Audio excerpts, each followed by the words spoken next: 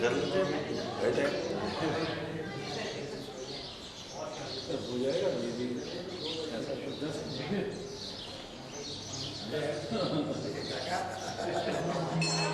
केवलं ज्ञानमूर्तिं द्वन्द्वातीतं गगनसदृशं तत्त्वमस्यादिलक्ष्यम् एकं नित्यं विमलमचलं सर्वधी साक्षिभूतं भावातीतं त्रिगुणरहितं सद्गुरुं तं नमामि। गुरुर्ब्रह्मा गुरुर्विष्णु गुरुर्देवो महेश्वर गुरु साक्षात् परब्रह्म तस्मै श्री गुरवे नमः।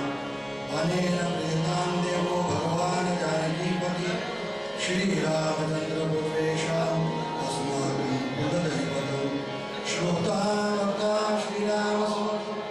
जय जय रघुवीर जय जय रघुवीर रामदास मां गमाय रामदास मां गमाय।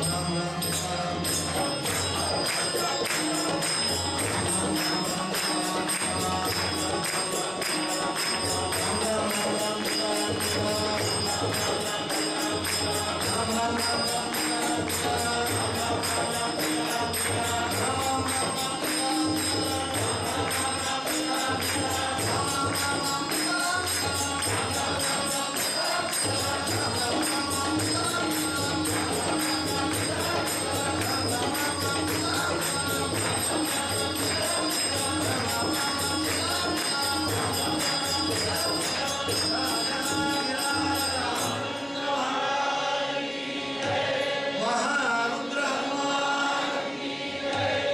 समर्थ सद्गुरु रामदास स्वामी महाराज समर्थ सद्गुरु वासुदेव महाराज जय जय रघुवीर जय जय रघुवीर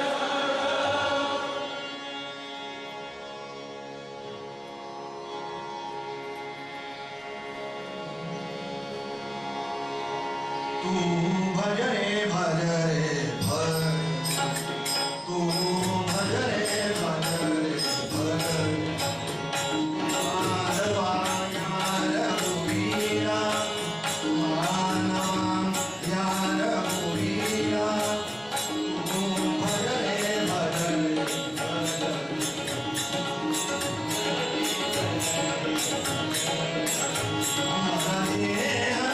आलिया प्राणी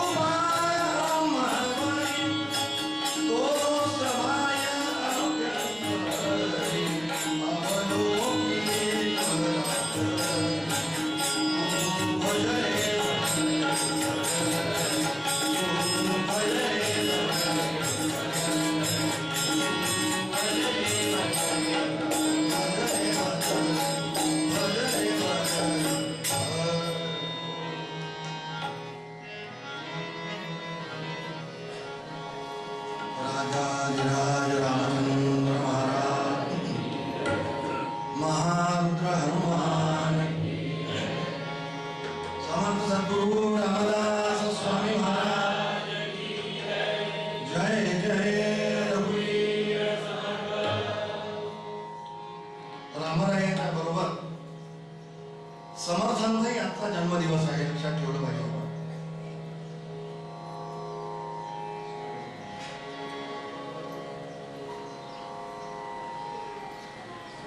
आणि बरोबर प्रभू रामचंद्रांच्या जन्माच्या वेळेसच समर्थांचा जन्म झालाय. त्यामुळे त्यांचाही जय जयकार आपण करायला हरकत नाही आणि जोराने करायला हरकत नाही. सद्गुरु समर्थ रामदास स्वामी महाराज की जय. वेळेच्या मर्यादेमध्ये आपण थोडंसं चिंतन बघण्याचा प्रयत्न करूया. अधिकतर लोक आज येतात श्रोते ते चरित्र भाग ऐकायलाच येतात. पण तरी सुद्धा असं आहे, छोटा खेळ घ्यायल्याशिवाय भजन गाता येत नाही. जय जय चांगल्या पक्क्या गायकाला जर बोलवलं एखादं भजन म्हणा तर तो अगोदर म्हणतो थोडा छोटा खेळ म्हणा. आपल्याला काही छोटाही नाही मोठाही नाही, त्यामुळे डोक्याला त्रास नाही. पण जे येतं ते भगवंताच्या सेवेमध्ये सादर करूया. म्हणून थोडंसं चिंतन आवश्यक आहे.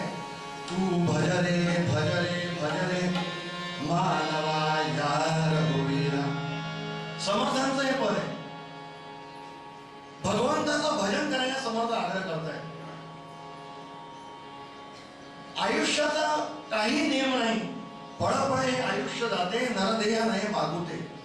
तू शरण जाय संतात. एक गोष्ट नक्की लक्षात ठेवली पाहिजे. जगामध्ये आम्ही सर्व काही मिळवलं, पण तेच नाही मिळवलं ज्याच्यासाठी आम्हाला जन्म मिळाला तर त्याचा काय उपयोग आहे. बरं, ह्या भौतिक सुखांना जर सुखाची आपण कल्पना केली तर खरोखर भौतिक सुखांना सुख आहे का? समर्थ असं म्हणाले,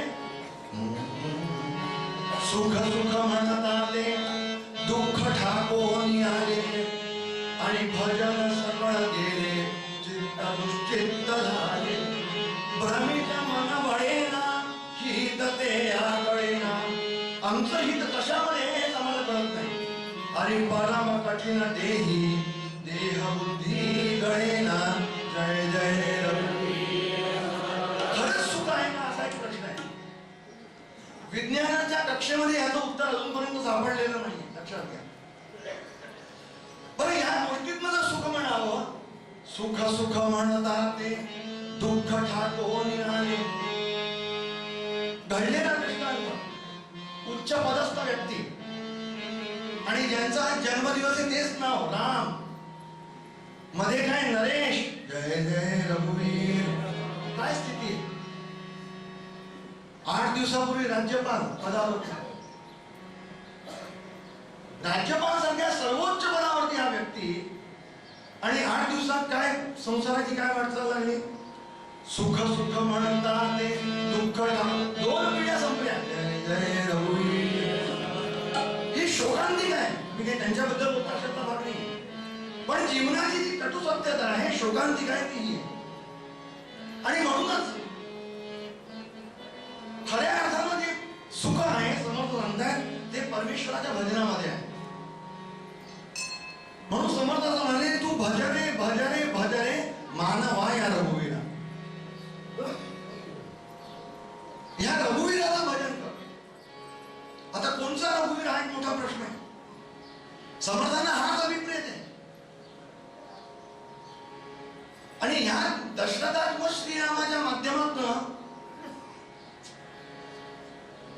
त्या निर्गुण निराकार उपासना, त्यास निर्गुण निराकाराची उपासना करणं हे त्याचं फलित आहे, जे समर्थांना अभिप्रेत आहे. पण करायची उपासना या रामचंद्राचीच आहे. सामान्य माणसाला सुद्धा हा भ्रम निर्माण होतो. तुम्हा सर्वांना ऐकू येत आहे ना व्यवस्थित? कारण जी स्थिती असते दरवर्षीप्रमाणे प्रतिवार्षिक विहितम ते तसं आहे. पण आवाज जवळ असला तरी ऐकू येणं महत्वाचं आहे.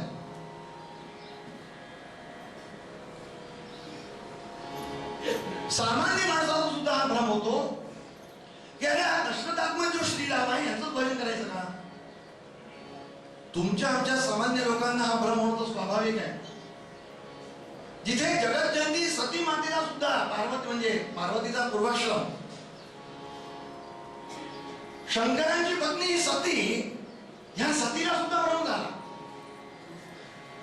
आणि ज्यावेळी भगवान शंकर त्याच्या ध्यानामध्ये बसते, उपासनेत बसते, डोळ्यातनं अश्रुधारा वाहतायत, हसतायत, कधी रडका भाव आहे चेहऱ्यावरती. त्यावेळी सती विचारते, महाराज कोणाचं ध्यान करतात, कोणाच्या तपश्चर्येमध्ये आहे? भगवान शंकर सांगतायत, रामाच्या. कुठला राम?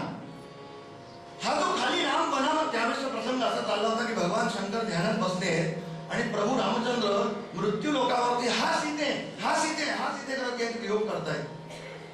सती विचारते, हा राम स्त्रीलंपट राम जो आपल्या पत्नीच्या वियोगामध्ये सर्वसामान्य माणसासारखा वियोग करून रडतोय, फिरतोय, त्याचं तुम्ही ध्यान करता? भगवान म्हणाले, कैलासनाथ म्हणाले, अगं तू त्या भगवंताच्या लीलेवर जाऊ नकोस, नाटकावर जाऊ नकोस. ते नाटक आहे. भगवंताची ती लीला आहे. ती म्हणाली मला पडत नाही. आपल्या इथे अशी म्हण आहे, राज हट्ट, बाल हट्ट, तिसरा तुम्ही म्हणा, कशाला वाईट म्हणा. जय जय. तो कोणी ऐकायला तयार होत नाही. परिणाम काय झाला? ही सती म्हणाली, मी परीक्षा घेते, परीक्षा घे, पण एक लक्षात ठेव, परीक्षेत जर नापास झाली तर पुन्हा माझ्याजवळ येऊ नकोस. त्यामुळे तसं होणारच नाही. आणि म्हणून ही सती सीतेचा हिनं वेश धारण केला. झाडाच्या आडी लपून बसली. बरं, प्रभू रामचंद्र वियोग करताय, शून्य अवस्था आहे वियोगामध्ये, चेहऱ्यावर कुठल्या प्रकारचा भाव नाही, डोळ्यात अश्रुधारा होत आहेत, हा सीते हा सीते हा सीते. आणि परिणाम काय झाला? ही सती सीतेच्या रूपामध्ये एका झाडाच्या आड जी करून उभी राहिली. लक्ष्मणजी सुद्धा येत होते, तिला शोध घेता घेता तिथे आले. आणि तिने पाहिलं, अरे हिनं पाहतोय त्या बहिणी इथेच आहे, झाडाच्या मागे. सीता माता झाडाच्या मागे. आणि म्हणून त्यांनी जी आहे ती रामाला सांगितलं, रामा अहो तुम्ही त्याचा वियोग करता, तिथे इथे झाडाच्या मागे म्हणाले. पण रामाच्या चेहऱ्यावरती कुठल्याही प्रकारचा भाव नाही, हसू नाही. काय असं काय झालं? गोस्वामी तुलसीदासजीने वर्णन केलंय, लक्ष्मण देखी उमावती बेगा, लक्ष्मण देखी उमावती बेगा. डिजिटल कॅमेराने गोस्वामीजींनी भाव टिपले, चकित भ्रमित भयभीत मुले. गोस्वामीजी म्हणाले, लक्ष्मणाने त्या सीतेला पाहिलं आणि काय भाव निर्माण झाले? गोस्वामीजींचा भाव आहे, काय सुंदर भाव आहे. 3 भाव त्यांना दिसले सीतेला पाहताबरोबर. काय होतं? चकित. लक्ष्मणजी चकित झाले.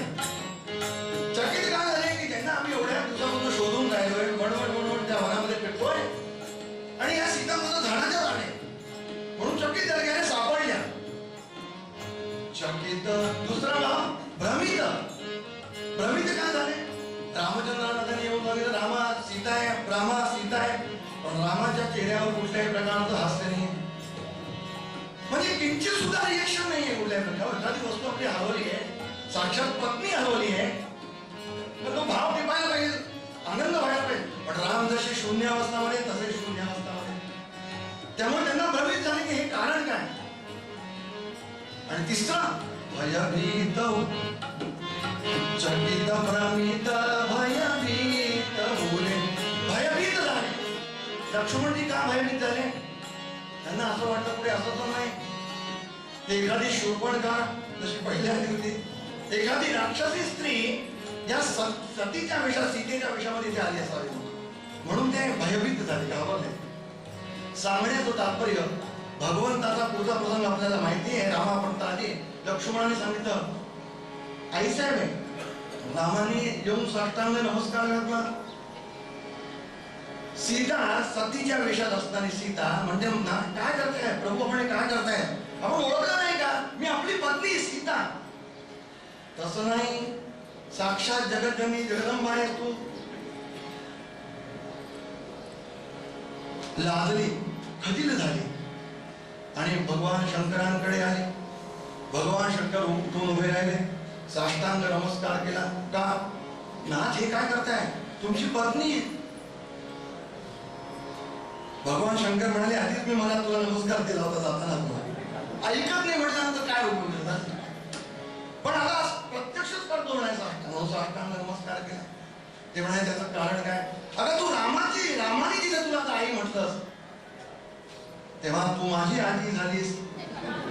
आता एवढं ते जर करायचं असेल तर पुढल्या जन्मामध्ये, आणि परिणाम सतीला तो देह त्यागावा लागला आणि पुन्हा ती हिमालयाच्या पुत्रीच्या रूपामध्ये जन्माला आली, पार्वतीच्या रूपात. एका हिंदी कवीने असं टिपलंय, ते काय म्हणाले, भगवान शंकरांचं रामावर एवढं प्रेम आहे की राम या अक्षराशिवाय ते दुसरं चिंतनच करू शकत नाही.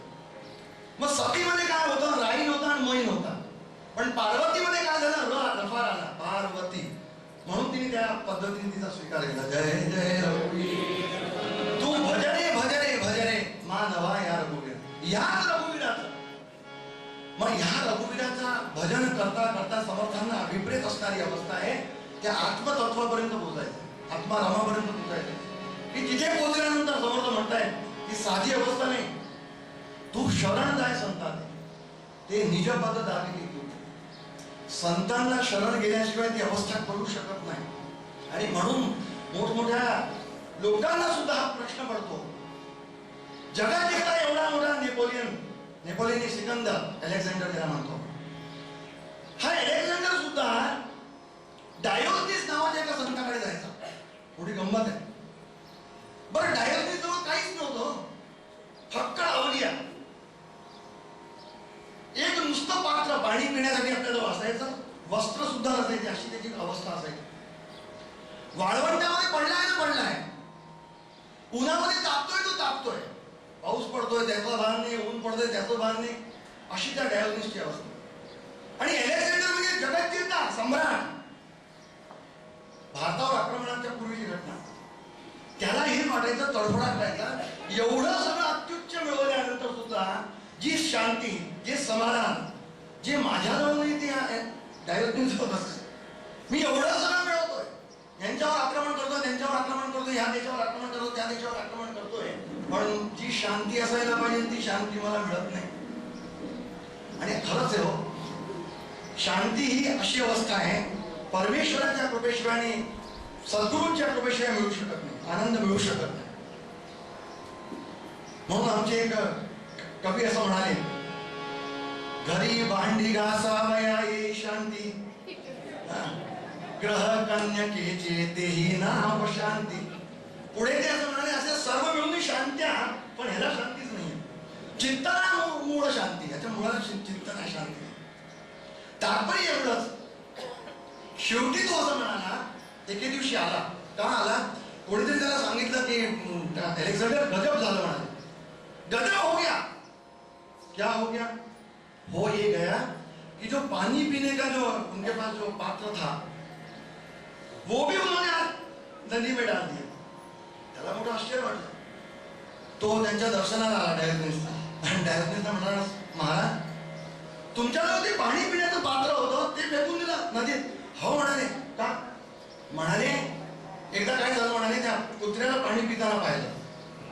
आता कुत्र्याला पाणी पिताना पाहिल्यानंतर माझ्या सहज लक्षात आलं की कुत्रे आणि पशवाची घेण मंडळी यांच्यावर पुढे पात्र असतं प्यायला, कारण की त्या पात्राचा सुद्धा उपाधी आहे. ते पात्र सांभाळून ठेवणं ही सुद्धा फार उपाधी आहे. पण ही उपाधी तरी कशाला पाहिजे, म्हणून ती झळकवून टाकली. मला तो डायोनिसकडे पाहता बरोबर अलेक्झांडर असा वर बघू लागला. या परवरदिगार खुदा काय ते म्हणतात त्यांचं ते. त्याच्यावर त्यांनी विचारलं, काय तू काय म्हणतोस? तरी म्हणाले, त्या परवरदिगारची मी प्रार्थना करतोय, त्याला विनंती करतोय की पुढल्या जन्मामध्ये मला अलेक्झांडरचा जन्म नको, डायोनिसचा जन्म दे. डायोनिस मनात म्हणाला, तू लुच्चा आहेस म्हणाले, पुढल्या जन्माची प्रार्थना करतोस? अरे डायोनिस बनण्यासाठी काही गरजच नाही कोण आणि हे माझ्या बाळवंटामध्ये माझ्याजवळ इथे कोणी विचारणार नाही जय हा म्हणाले जर प्रार्थना करायची असेल तर एरेजंट बनण्यासाठी प्रार्थना करावी लागेल की एवढं साम्राज्य मला मिळवायचंय म्हणून पण एक नुसतं त्यागच करायचं सर्व सोडायचं ते म्हटलं तर कोणी विचारणार तात्पर्य तू शरण जाय संता ते निज पद दावी ती जी अवस्था आहे ती संतांना सत्पुरुषांना शरण गेल्याशिवाय प्राप्त होऊ शकत नाही आणि म्हणूनच समर्थ मूळ पदामध्ये सांगते झाले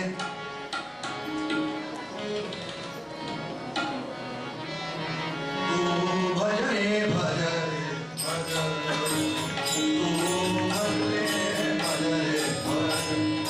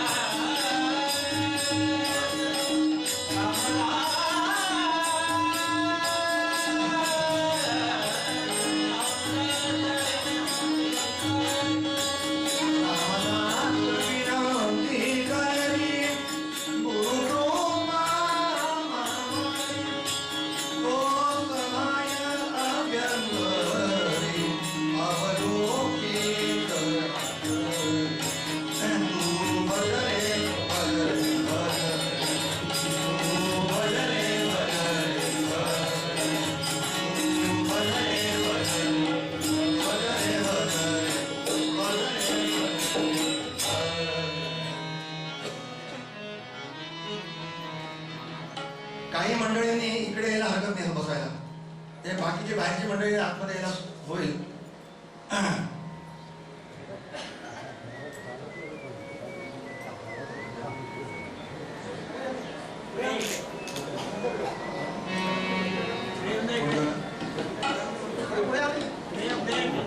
युवतीकर का खाली आपण पुढे रघुपती राघव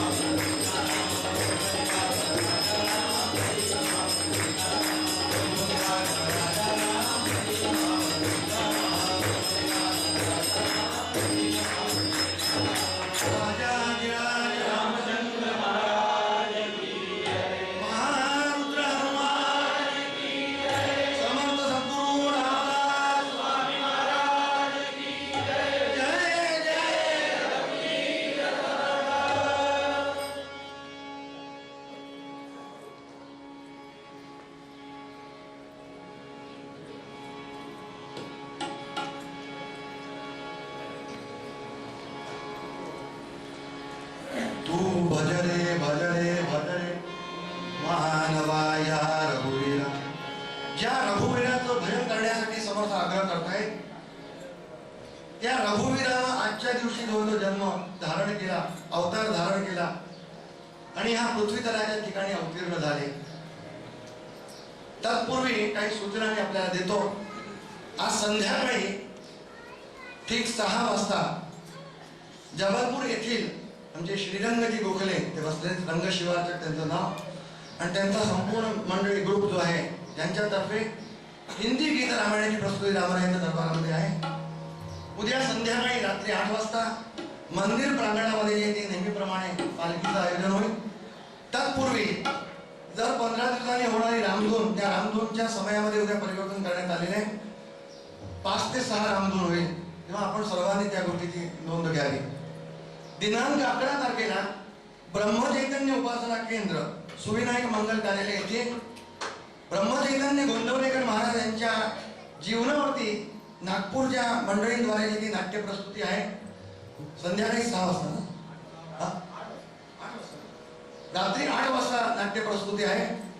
आपण सर्वांनी जास्तीत जास्त संख्येमध्ये लाभ घ्यावा.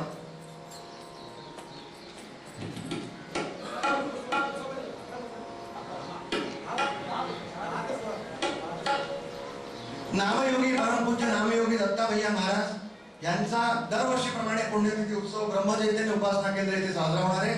दिनांक 10 मे ते 16 मे. तेव्हा आपण सर्वांनी त्याही कार्यक्रमांचा जास्तीत जास्त उपस्थित राहून संख्येमध्ये लाभ घ्यावा. जाताना सर्वांना प्रसादाची व्यवस्था आहे. पारंपरिक आपण दरवर्षीचे लोक आहात. अजूनही काही मंडळी असतात की 10 मिनिटं अगोदरच फक्त जन्माच्या वेळेस येतात. तेव्हा सर्वांनी शांततेने भगवंताचं दर्शन घ्यावं. पूजन झाल्यानंतर भगवंताचं प्रागट्य असतं, सर्वांनी लाभ घ्यावा आणि मग जो आहे तो आपण करावं. आपण आता चरित्र भागाकडे वळूया. चरित्र भागाकडे वळूया. भगवंताने हा जो अवतार धारण केला ह्याची थोडीशी मीमांसा करूया. कशा पद्धतीने भगवंताने हा धारण केला. कृपया आपण शांत असावं. मोबाईलला सायलेंट मोडवरती ठेवा. मला कल्पना असते कधी कधी वाचले म्हणजे लोकांना कळतं की ह्यांचं एवढं इम्पॉर्टन्स आहे म्हणून, नाही तर कळायला मार्ग नसतं. तेव्हा असो, गमतीचा भाग सोडूया. अगस्तीप्रमाणे पुलस्ती नावाचे ऋषी होते. त्यांना विश्रवा नावाचा तापसी पुत्र होता. त्या विश्रवाची 2 लग्ने झाली. पहिल्या स्त्रीपासून कुबेर झाले आणि दुसऱ्या दैत्य स्त्रीपासून रावण, कुंभकर्ण, विभीषण आणि शूर्पणखा अशी 4 अपत्ये झाली.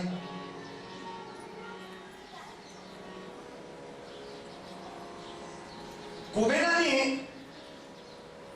ब्रह्मदेवाची तपस्या करून ब्रह्मदेवाकडनं सोन्याचं विमान, पुष्पक विमान आणि सोन्याची लंका ही जी ती हस्तगत केली, प्राप्त करून घेतली. रावणाला ते सहन झालं नाही आणि रावणानं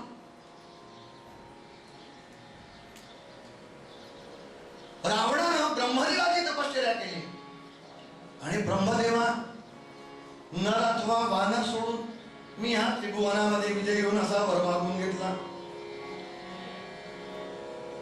नाही,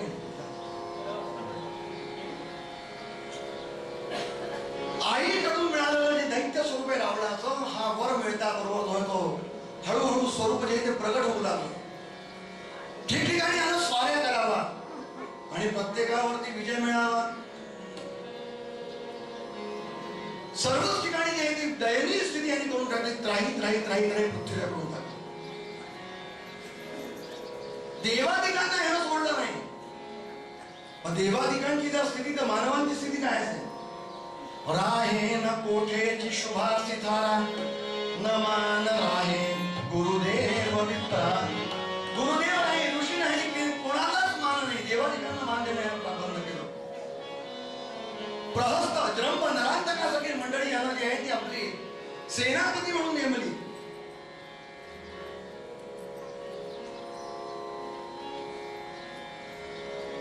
लोक त्रस्त झाले. यांचा मुलगा मेघनाथ, या मेघनाथानं इंद्रजित, स्वतः इंद्राला पराजित केला आणि तो इंद्रजित बनला. नवग्रहांना पालखी घालून त्याच्यावरती सिंहासन स्थापित करून हा बसू लागला. अशी याची योग्यता त्याचा परिणाम अहंकार एवढा वाढला की हा कोणाला तुम्हाला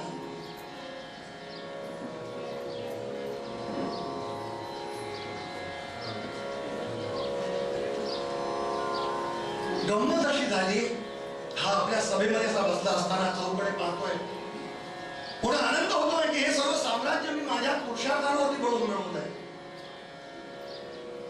आणि तेवढ्यामध्ये नारायण नारायण नारायण नारायण नारायण नारायण नारायण नाम तुझे अति पावन, नाम तुझे अति पावन, नारायण नारायण नारायण नारायण नारायण. या नारायण बसा. पाद्य पूजा केली, बसायला स्थान दिलं, सांगितलं नारदा तुमची आठवण काढत होतो का? तुम्ही त्रिभुवनामध्ये सर्व ठिकाणी भ्रमण करता. मला मनामध्ये एक प्रश्न असा आहे, सर्व ठिकाणी तुम्ही फिरता, माझ्या एवढा पराक्रम आणि पुरुषार्थ तुम्ही या त्रिभुवनामध्ये पाहिलाय का? नारद म्हणाले रावणा खरोखरच पाहिला नाही ना, बरोबर आहे म्हणाले. अहो माझ्या पुरुषार्थाच्या बळावर मी या त्रिभुवनाला जिंकलाय, देवादिकांना बंदिस्त केलंय, नवग्रहांना पालथं घालून त्याच्यावरती हे केलंय. साक्षात मृत्यू सुद्धा माझ्याकडे बाकड्या नजरेनं पाहू शकत नाही अशी माझी अवस्था. आणि नारदांना व्यंगात्मक हसू आलं. हसले नारद. हसण्यात सुद्धा फरक असतो. ते नारदांचं जे हसणं आहे ते रावणाच्या लक्षात आलं आणि रावण म्हणाला नारदा तुम्ही का हसता? नाही म्हणाले सोड, नाही म्हणाले खरं सांगा का हसता? अरे म्हणाले तू आता म्हणाला की मी मृत्यूला सुद्धा सोडलं नाही, पण मृत्यू असा कधी होता का की मृत्यूला पण बंदिस्त करतो म्हणे. समर्थांनी दासबोधामध्ये मृत्यू निरूपण केलंय. मृत्यू न म्हणे हा गजपती, मृत्यू न म्हणे हा भूपती. एके ठिकाणी म्हणाले समर्थ मृत्यू न म्हणे हा संत, मृत्यू न म्हणे हा महंत, मृत्यू न म्हणे हा अवतार देवादिकांचा श्रीराम. समर्थांनी दासबोधात देवादिकांच्या अवताराला सुद्धा तिथे मृत्यू सोडत नाही. तुझ्यासारख्याची काय कथा आहे? इकडे मला वाटतं मध्ये आणखी विचार करायला हरकत नाही बायकांच्या दृष्टीने. थोडं आतमध्ये घ्या, कोणाची वेळ मध्ये हा जर फर्श तो फर्श खोलून घ्या.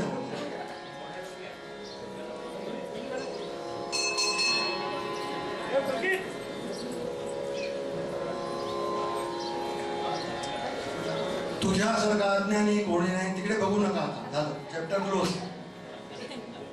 तुझ्यासारखा अज्ञानी कोणी नाही का?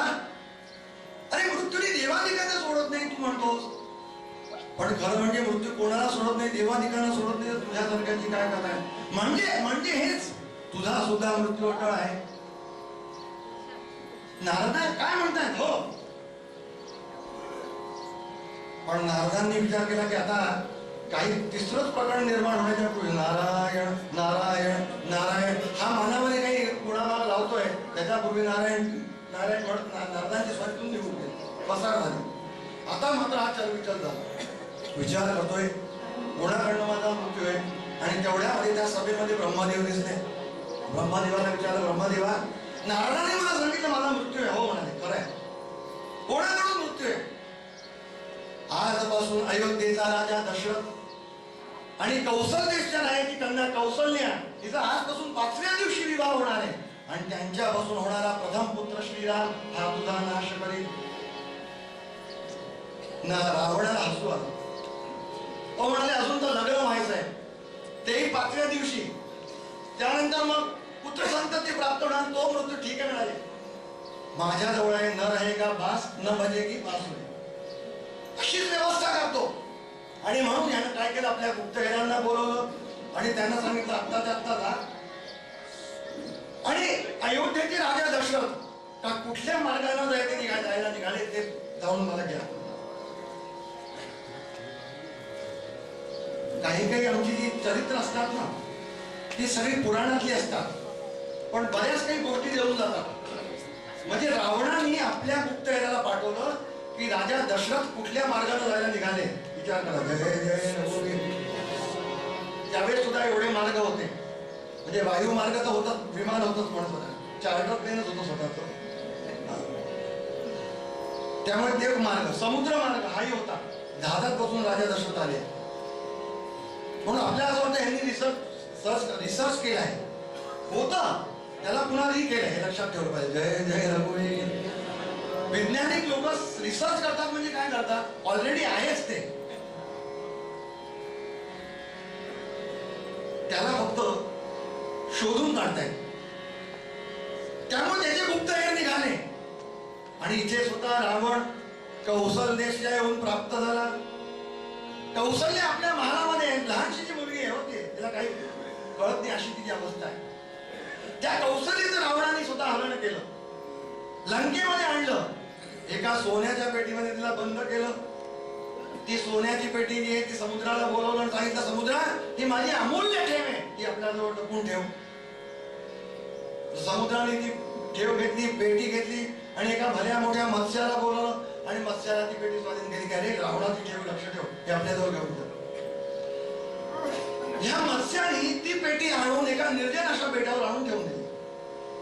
तिकडे ते रावण जेव्हा लंकेत आला त्यावेळेस गुप्तहेर आले आणि सांगितलं, महाराज राजा दशरथ हे स्वतः जे आहे ते जलमार्गाने जहाजामध्ये बसून कौशल्यचा जे ते विवाह करण्यासाठी निघाले, इष्टमित्र मार्गासह, इष्टमित्रांसह. रावणाला मोठा आनंद झाला आणि रावणाने स्वतः जो आहे तो वायू मार्गामधून आकाश मार्गाला येऊन त्या जहाजावरती आपला नेम धरला, बाण सोडला त्या जहाजावरती.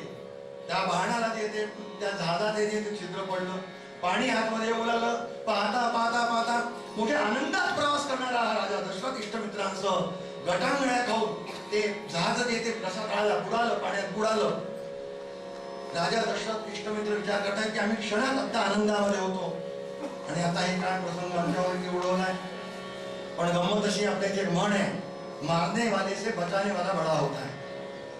त्या लाटेसरशी पाण्याशी गेलेले राजे दशरथ लाटेसरशी वर आले. त्या जहाजाची तुटक्या झाडाची एक फळी त्यांना हातात चाचपडत सापडली. त्या फळीला त्यांनी आश्रय घेतला, त्याच्यावर ते बसले आणि फळी ज्या दिशेनं वाहत निघाली त्या दिशेनं राजा दशरथ वाहत निघाले.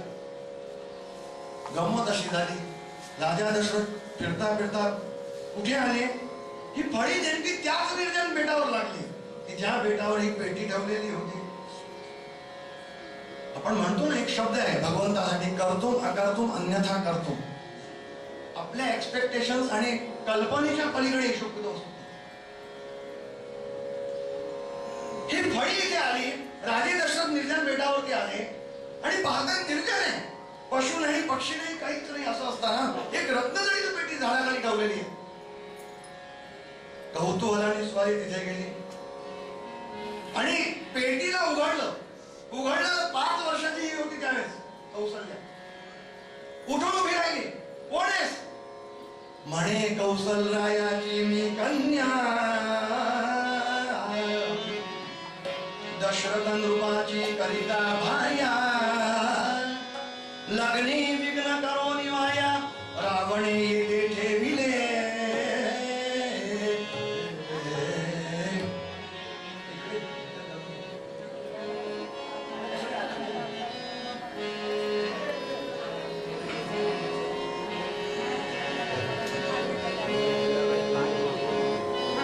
रावणे येथे ठेवले म्हणता बरोबर. तू कोण आहेस? कौशल्याने कौतुकाने विचारलं, तू कोण आहेस? हे राजपुत्रा तू कोण आहेस? मी तोच राजा दशरथ आहे की ज्याचा विवाह आजपासून पहिल्या काळात आज जो आहे तुझ्या बरोबर होणार होता, तोच मी राजा दशरथ आहे. हे ऐकल्यानंतर दोघांनाही आनंद झाला. आपापल्या गळ्यातनी मला रत्नजडीत माळा ज्या होत्या त्या एकमेकांच्या गळ्यात घातल्या, विवाह केला, पेटीमध्ये पूर्ववत बंद झाले. आणि इकडे काय झालं, रावणाच्या दरबारामध्ये ब्रह्मदेवादी काही सर्व देव मंडळी आपल्या सभेमध्ये बसले असताना ब्रह्मदेवाने आनंदाने टाळी वाजवली. रावण विचारतो ब्रह्मदेवा, काही कारण नसताना, सर्व काही शांत चित्त चालत असताना एकदम तुम्ही टाळी वाजवता? तुम्हाला सभेचे नियम माहिती नाही का म्हणाले? माहिती आहे. मग टाळी का वाजवली? अरे मी तुला सांगितलं होतं की 5व्या दिवशी जो अयोध्येचे राजा दशरथ आणि कौशल्याची कन्या कौशल्याचा विवाह होणार आहे, तो 5वा दिवस आज आहे. त्यामुळे त्या दोघांचा विवाह झाला म्हणून मी आनंदामध्ये टाळी वाजवली. रावण म्हणतोय ब्रह्मदेवा कुठल्या लोकात? ब्रह्मदेव मनात म्हणतायत माझ्याच लोकात आहे, माझच लोक. अरे म्हणाले या जन्मात शक्य नाही, तसं होणं शक्य नाही. का? ब्रह्मदेव म्हणाले रावणा हे डिपार्टमेंट माझं आहे, हे लक्ष ठेव.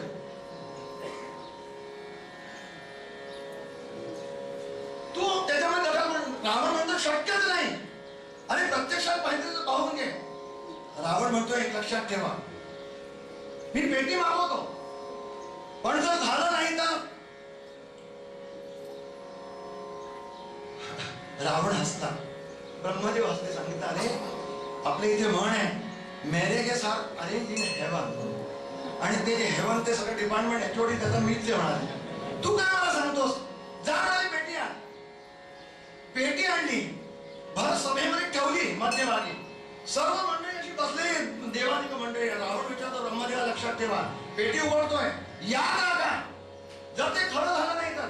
ब्रह्मदेव म्हणाले तू जे म्हणशील ती शिक्षा मी करायला तयार आहे. आणि रावण जवळ आला, त्या पेटीला उघडला मात्र, आणि पाहतो तो काय, एकाचे दोन तिथे दिसू लागले. रावण विचारतो कोण आहेस? उसे तू कोण कोणाचा? तू कोण आहेस? आणि मी या राजपुत्रीला बंद केला होता. बरोबर तो हा काय म्हणतो, उसे तू कोण कोणाचा? म्हणे मी नातू रघुचा, अजराज पुत्र साचा, दशरथ नामे विख्यातो. राजाधिराज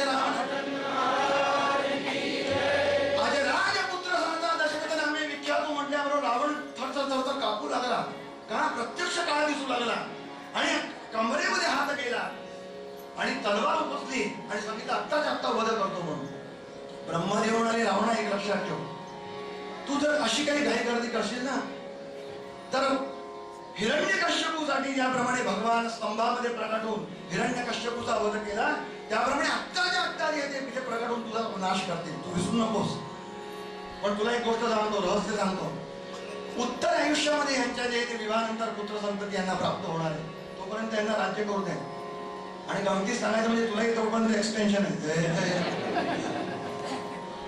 तोपर्यंत तुला मृत्यू नाहीये. उत्तर आयुष्यामध्ये पुत्र संतती मिळणार आहे. रावण मग थांबला. मग दोघांना ते सवर्तमान यांनी अयोध्येत पाठवलं. इकडे काय झालं अयोध्येमध्ये? राजा दशरथ चतुरंग बल्लाय सैन्य अयोध्येत, महान पराक्रमी आहे, भगवत भक्त आहे राजा दशरथ, साधारण नाही आहे. पण सर्व काही असताना सुद्धा जिथे आमचं भौतिक शास्त्र लंगडं पडतं, विचार करावा लागतो, ते कारण सगळं काही आहे पण संतान नाही, वारस नाही, त्यामुळे पुन्हा काळजी आहे. एकनाथ महाराजांनी राजा दशरथांची अवस्था वर्णन केली आहे. सुखनेदी राजभुवन, सुखनेदी भोगस्थान, सुखनेदी मान सन्मान, कशातच मन लागेना राजा दशरथ. काय करावं कळेना. पुढची चिंता वाटू लागली, स्वतःबद्दल नाही पण राज्याला वारस नाही, काय करावं काय करावं काय करावं.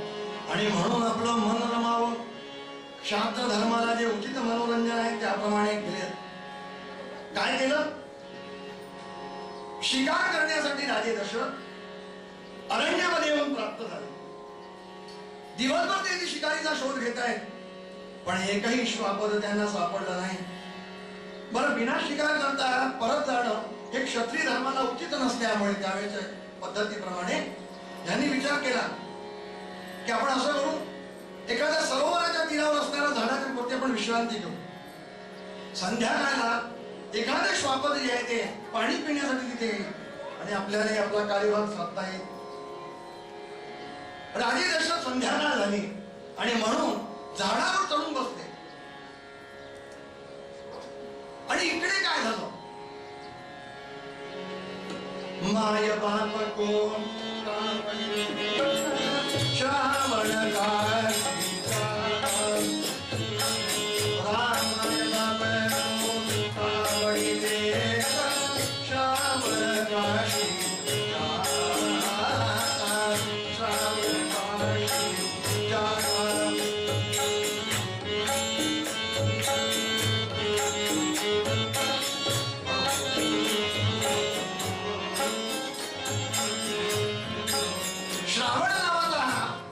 वैश्य जातीतील ब्राह्मण अन्न मातापितांना तीर्थयात्रा करावी इच्छा व्यक्त केली आणि म्हणून कावडी तयार करून या कावडीमध्ये आई आणि वडिलांना बसवलंय त्या पारड्यांमध्ये आणि ती कावड खांद्यावरती घेऊन आज निघालाय.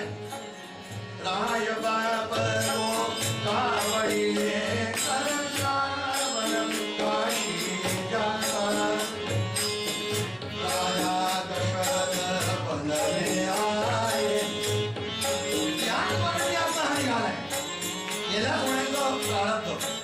दैवयोग राजा दशरथ शिकारीच्या शोधात ज्या झाडावर बसलेले त्या कारण्यामध्ये आई वडिलांना घेऊन हा प्राप्त झाला. संध्याकाळची वेळ आहे.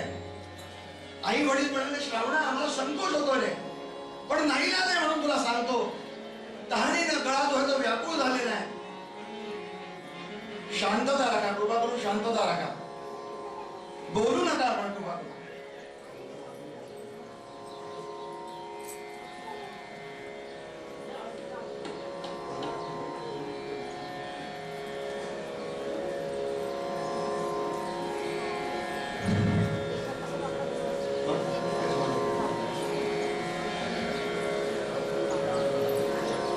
उन्हाची वेळ आहे बायकांना निवेदन इकडे भागाला या तुम्ही यांना आपण खाली जातो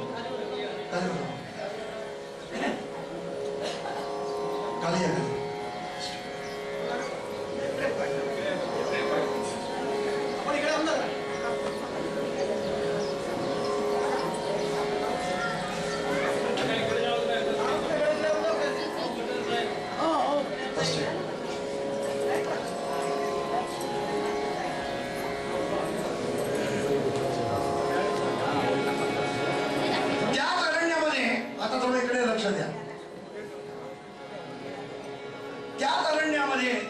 राजा दशरथांची स्वारीने झाडावर बसली. त्याच अरण्यामध्ये श्रावण आपल्या आई वडिलांना घेऊन प्राप्त झाला.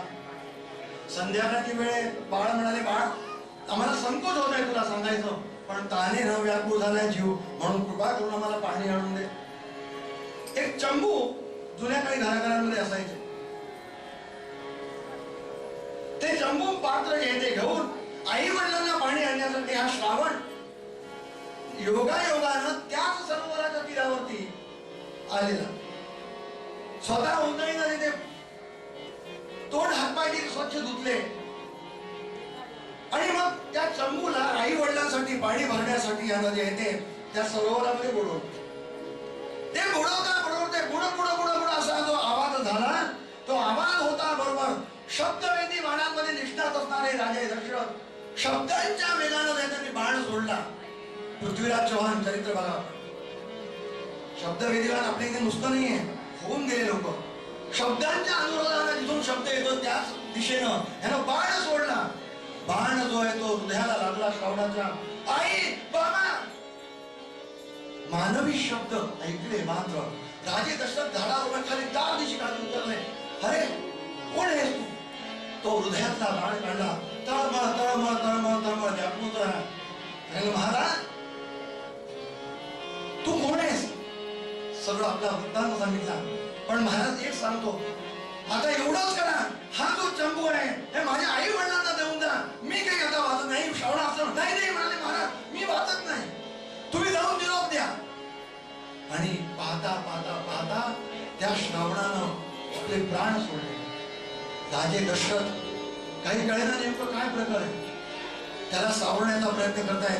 ते चंबू पात्र घेतलं आणि पात्र येऊन तिथे ते ऋषी जे दोघं जण आई वडील अंध माते पिते होते त्यांच्या जवळ आले. चाहूल लागली. श्रावणा बोलत नाहीस? अरे संध्याकाळच्या वेळेला तुला त्रास दिला पाणी मागवलं म्हणून तू बोलत नाहीस का? रागवलायस का? राजा दशरथांचं धाडस होईना सांगायचं की असं सगळं झालंय. पिणार नाही. श्रावणा बोल बोल. आणि मग राजे दशरथ म्हणाले, महाराज तुमच्या पुत्राचा मृत्यू माझ्या हातून अशा अशा पद्धती झाला. काय म्हणतोयस? बाळा म्हणून ते डाव पडला, श्रावणा म्हणून आठवण काढली आणि सांगितलं, हे राजा मला कल्पना आहे तू धर्मशील आहेस, तुला लोक वंदन करतात, पण आमचा नाईलाज आहे आणि वियोगामुळे आमच्या शब्दातनं तोंडातनं ते शब्द उच्चार बाहेर पडतायत की ज्याप्रमाणे आता आम्ही पुत्र वियोगामुळे जे आता प्राण सोडणार आहोत त्याचप्रमाणे तुला सुद्धा पुत्र वियोग होईल आणि तुला प्राण सोडावे लागतील. पुत्र वियोग होईल आणि प्राण सोडावे लागतील हे शब्द राजा दशरथांनी ऐकले आणि मंदस्मित केलं, हसलेच. का हसले? त्यांना आनंद झाला की ज्या अर्थी पुत्र शोक म्हणतायत, पुत्र वियोग म्हणतायत, त्या अर्थी पुत्र प्राप्ती अगोदर होणार आहे नक्की आहे. कारण अजून पुत्र ह्याचा अर्थ असा आहे की आपल्याला नक्की संतान होणार आहे, नक्की पुत्र प्राप्ती होणार आहे. म्हणून आनंद झाला. त्या दोघांचा देह, तिघांचा देह स्वतः राजा दशरथांनी औषधीत केला आणि दुःखित अंतःकरणाने राजा दशरथ अयोध्येमध्ये आले. इकडे काय झालं? इंद्राचं आणि वृषपर्वा दैत्याचं घनघोर युद्ध झालं. वृषपर्वा दैत्य नावाचा दैत्य आहे मोठा. या दोघांचं जेव्हा युद्ध झालं तेव्हा इंद्र काही विजय मिळवू शकत नव्हता.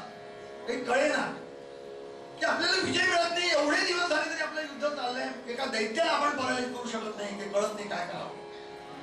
म्हणून तो देवगुरूंना जो आहे तो शरण आला. सांगितलं, महाराज आपण काहीतरी सांगा, मार्ग काढा. त्यांनी सांगितलं, देवगुरु म्हणाले, बृहस्पती, देवगुरु वाचस्पती,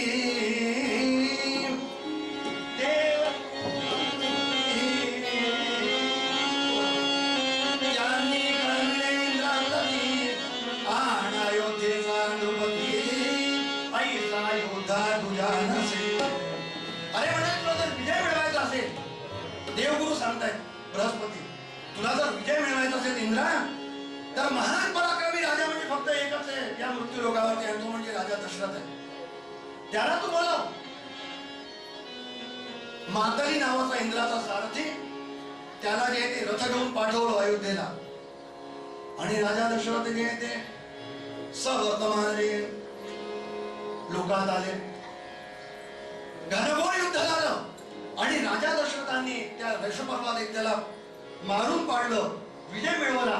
मोठा आनंद झाला लोकांमध्ये, इंद्रलोकामध्ये. जय जयकार होता, राजा दशरथ महाराज की जय, राजा दशरथ महाराज की जय. आणि म्हणून आता मृत्यू लोकावरती जायचं म्हणून निरोप घेण्यासाठी, देवगुरूंना नमस्कार करण्यासाठी राजा आला. देवगुरु बृहस्पतींना नमस्कार केला राजा दशरथांनी. आणि बृहस्पती म्हणाले, राजा तू काळजी करू नकोस, 4 उत्तम प्रकारचे तुला पुत्र जे प्राप्त होतील, नवे नवे प्रत्यक्ष भगवान जे ते तुझ्या पोटी जन्म देणार. मोठा आनंद झाला. महाराज मी ऐकतोय पण प्रत्यक्षात होत नाही, काळजी करू नको, खाली जा आणि अयोध्येमध्ये जे ते पुत्र कामेष्टी यज्ञ कर, शृंग ऋषींना पाचारण कर, तुझी इच्छा जी आहे ती पूर्ण होईल. घरी आला, अयोध्येमध्ये आला, मोठा आनंद झाला. आणि देवाची शेवटी तो राजा आहे, राजाज्ञा होता करून काय विचारता, आज्ञा सोडली आणि पाहता पाहता सर्व व्यवस्था लागल्या. यज्ञ करायचा आहे म्हटल्यानंतर साधन नाही. त्या त्या क्षेत्रातली तज्ञ मंडळी आली आणि यज्ञाला सुरुवात झाली. सुमुहूर्तावरती यज्ञाला सुरुवात झाली.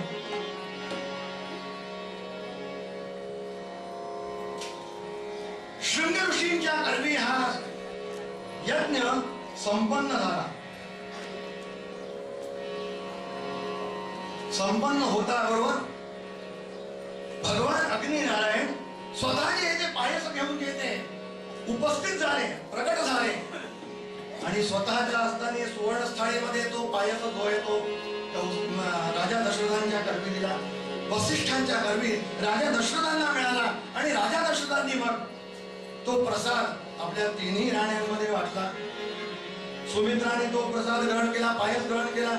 कौसल्याने केला, सुमित्राने केला आणि कैकेयीने केला.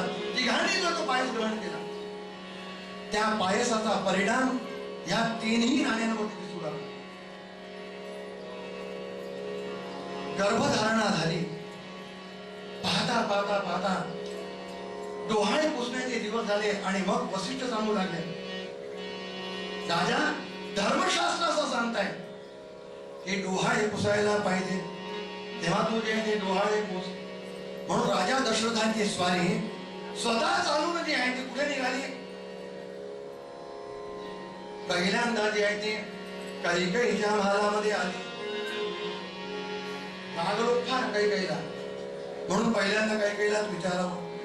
तो कैकेयीला जी विचारायला आली, तो स्वारी क्रोध संतप्त बसलेली आहे, रागवलेली आहे, राजा दशरथांकडे पाहायलाच तयार नाहीये.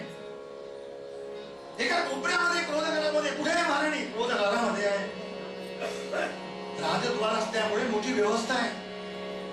क्रोधागार, स्नानागार सगळे वेगळे. आता काय 10 नाहीच आपले. राग आला तर ह्या कोपऱ्यामध्ये, आनंद झाला तर त्या कोपऱ्यामध्ये, इलाजच नाही. पण सर्व ठिकाणी कारागारच. परिणाम काय झाला? राजा दशरथ त्या कैकेयी जवळ आले आणि कैकेयीला विचारले, कैकेयी का रागवली? ती रागवली. ते विचारतायत, मजवरी कालू सगी प्रमाणे, मजवरी कालू सगी प्रमाणे, मजवरी कालू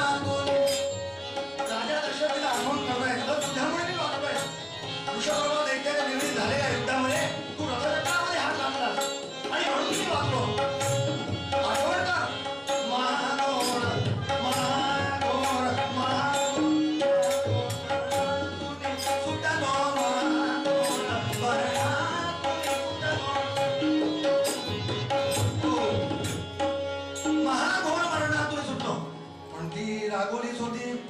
ती तयार होईना. तिची अवस्था कशी होती? रागाने लाल झाली, क्रोधाने भातली, रागाने लाल झाली.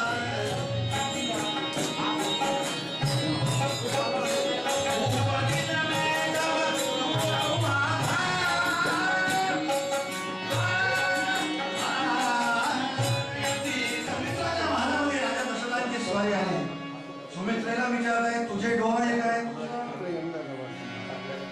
सुमित्रा म्हणाली, त्यापेक्षा काहीतरी बरं दिलं आणि मग आता काय करावं?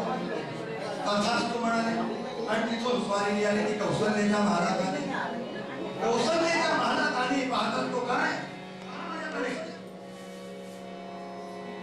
मी राजा दशरथ म्हणावर कुठे बोलावलं? अरे मी आत्ताच्या आता ब्राह्मणाचा निपाह करते. राजा दशरथ म्हणाले, काय भानगड काय? अरे कौशल्य मी आहे, राजा दशरथ तुझा पती. कौशल्या बेभान झाली आणि एकदम पुन्हा भरवली. ही पण आता असंच काहीतरी बडबड बोलते, काही कळत नाही काय करावं. आणि मग त्याने वसिष्ठांना बोलवले, महाराज तुम्ही चला, हे आमच्या वरचं प्रकरण आहे. लोकल डॉक्टर्स विक्टर्स काही करू शकणार नाही, कळतच नाही काय बोलताय, म्हणून तुम्ही जा आणि बोलवला. वसिष्ठांना बोलवलं. वसिष्ठांनी त्या कौशल्याकडे पाहिलं. कौशल्या ध्यानस्थ आहे, डोळे बंद केलेले आणि डोळ्यात अश्रुधारा वाहते. त्या वसिष्ठांनी तिच्याकडे पाहिलं मात्र, आणि वसिष्ठही ध्यानस्थ झाले. जय जय रघुवीर.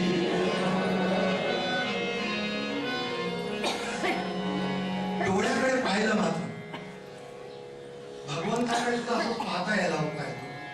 आपण एवढ्या आनंदामध्ये, एवढ्या गर्दीने लोक येतो, लोकांना दर्शनाच्या वेळेस एवढी घाई होती की कुणास असतो इकडे पाहतही नाही भगवंताने काय वस्त्र नेसते, काय काय माहोल आहे, कसं नाही.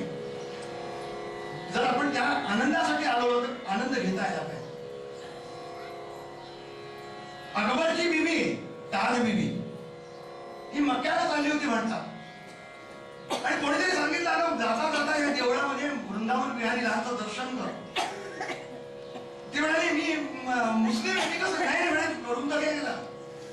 थोडासा हिंदुत्व भाव होता की कलमा कुरान सारे गुणनी कहूंगी मैं, बस तुझं आता गुणगान करेन. सावला सलोना सिर ताज सिर पुले दिए तेरे नेह दाग में निदाग ही रहूंगी मैं. अरे नंद के कुमार कुर्बान तेरी सूरत पे हूं तो मुगलानी और हिंदवानी हूं. दर्शन सुद्धा आम्हाला करता येतं. भगवंताच्या कृपेशिवाय ते घडत नाही, ते मात्र घडू शकते. डोळ्यात डोळे पाहिले मात्र डोळ्यातनं अश्रुधारा होऊ लागल्या. ध्यानस्थ बसले. मन हे राम रंगी, राम रंगी,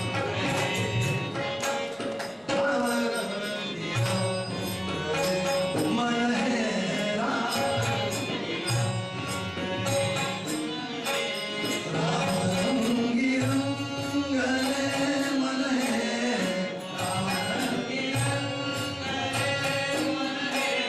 राम रंगी रंगले मन हे राम मन हे राम.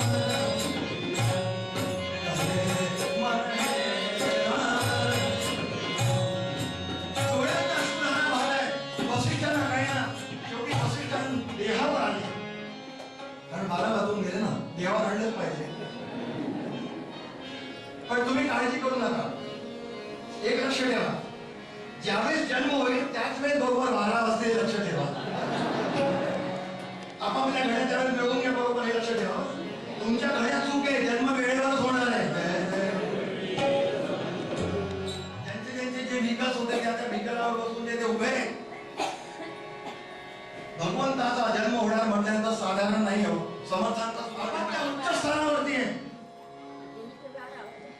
मी कधी कधी असं म्हणतो, भगवंताच्या ग्रहामध्ये सर्व ग्रह उच्चावरती होते तर 14 वर्षाचा वनवास आहे. तुमचा आमचा गुणाकार कोणी करायचं?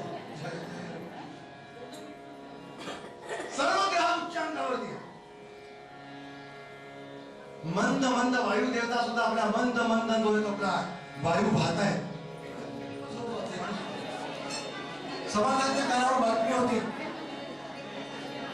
एके दिवशी एका शिष्याने हापूसचा उत्तम प्रकारे रत्नागिरीचा आंबा एक पेटीमध्ये समाजाने अर्पण केलं. समर्थांचा नियम होता की कुठलाही प्रसाद झाल्यानंतर आधी प्रभू आपण आपल्याला अर्पण करावा, रामचंद्राने नैवेद्य दाखवावा आणि बाकीचा प्रसाद वाटून टाकावा. त्याप्रमाणे त्यांनी तो रामचंद्रांना अर्पण केला. शांतता राखा, शांतता राखा.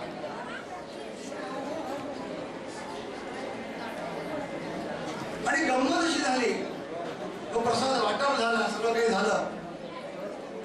1-2 दिवस झाले आणि समर्थांना गुडघ्याला फोड झालाय अशी एक वार्ता गडावरती पसरली.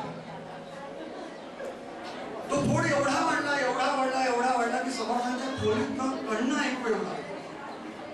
समर्थ कणतायत, व्यापुळतायत. शेवटी लोकांनी विचारलं, महाराज झालं काय? अरे म्हणाले, बऱ्याच दिवसापासून होतं म्हणून तुम्हाला सांगून कर. नाही म्हणाले, महाराज आम्ही शिष्य मंडळी मग केव्हा कामात यायची. शेवटी काही लोकांनी आग्रह झाला म्हणून ते शिष्य मंडळी पुढे आले. म्हणून महाराज आमचा देह काय कामाचा, तर आम्ही असताना असं आपल्याला वेळायचं. बरं म्हणाले, तुम्ही म्हणता तर सांगतो. कल्याण स्वामी त्यावेळेस गडावर नव्हते. अरे म्हणाले, बऱ्याच दिवसापासून एक फोड जो आहे तो इथे झालेला आहे गुडघ्याला, आणि वाढता वाढता वाढता आंब्या एवढा तो फोड झाला. व्याधी आता सहन होत नाही म्हणाले. मग म्हणाले काही उपचार आहे ना म्हणाले. मग तुम्हाला सांगून काय उपयोग नाही, मला असं काय म्हणता आपण, आम्ही एवढे सगळे असताना आम्हाला आपण सांगायला पाहिजे. आमच्याकडे जेवढा प्रयत्न म्हणाले सगळं झालंय म्हणाले, वैद्य झाले, डॉक्टर झाले, सर्व झालंय म्हणाले. मग काही उपचार हवं म्हणाले. आहे पण सांगून काय होतो. मला महाराज असं काय म्हणताय आपण, सांगा तरी द्या, पळू तर द्या. पण म्हणाले, वैद्याला दाखवलं आणि वैद्याने सांगितलं की फोड बरा होईल. कसं? फोड एवढा मोठा झाला की आता काही दुसरा तिसरा उपाय नाही. फोड हा चोखावा लागेल आणि जो कोणी चोखेल त्याला मात्र मृत्यू प्राप्त होईल, त्याला मृत्यू येईल आणि मी मात्र बरा होईल. एवढं ऐकल्यानंतर सर्व शिष्यमंडळी हळूहळू जे सगळे पुढे सरली होती की आपल्याला कशा पद्धतीने सेवा करता येईल त्या भूमिकेतनं ती सगळी हळूहळू मागे येऊ लागली. ती का मागे येऊ लागली? ती विचार करू लागली आपल्या गुरुमहाराजांची पुण्यतिथी यावर्षी काय तर पुढल्या वर्षी करायचीच आहे. ती यावर्षी होईल याच्यापेक्षा जास्त काय. आमचे महाराज हा विनोद करायचा त्यांचा विनोद आठवतो. मग काय बिघडतं म्हणाले एक वर्षात काय म्हणून सगळे मागे झाले. समर्थांचं पुन्हा काढणं सुरू झालं खोलीत. नाईलाज झाला आणि कल्याण स्वामी गडावर आले. सज्जन गडावरती आले. सगळ्यांवर अगदी शांतता पसरली, निस्तब्धता पसरली. काही कळेना नेमकं काय झालं काय. मनामध्ये बाल सुटसुटून आली. काय भानगड काय नेमकी. कोणीच काही बोले ना. शेवटी लोकांना विचारलं झालं काय म्हणाले सांगा तर. अरे म्हणाले कल्याणात तू नव्हतास आणि गुरु महाराजांना समर्थांना एक मोठा फोड झाला म्हणाले. मग काही इलाज आहे म्हणाले. इलाज काय म्हणाले सांगा तर. कोणी सांगायला तयार होता. शेवटी कल्याण स्वामी गेले आणि समर्थांच्या खोलीतलं दार ते ठोठवलं होतं. ही मंडळी मागे बघू आता कल्याण स्वामी काय करतात, विशेष काय करतात. शिष्यमंडळी कल्याण स्वामी पुढे दार ठोठवलं. समर्थांनी दार उघडलं. कल्याण आलाच म्हणाले. काय म्हणाले कसा आहे मला आपण सांगा आपण कसं.